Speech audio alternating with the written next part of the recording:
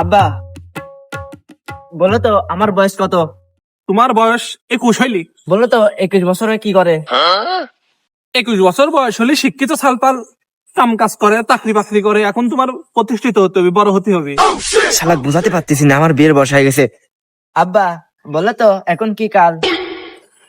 দেখছিস না কি শীত পড়তেছে, এখন শীতকাল। আব্বা আমি না তো এই শীতকালেও 6-7 বার করে গোসল করতে পারি। উরি আমার সওয়ালের রক্তের তেজ কত রে! এই শরীরে জোর থাকতে থাকতে পরিশ্রম করতে হবে, প্রচুর পরিশ্রম করতে হবে। হাট পরিশ্রম করি, জীবনে বড় হতে হবে, সফল হতে হবে। বুঝাবো কেমন করে? বলছি আব্বা আমি কিন্তু রাতেও গোসল করতে পারি।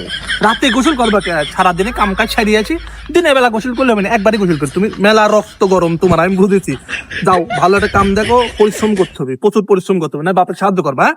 ঠিক আছে, যাও।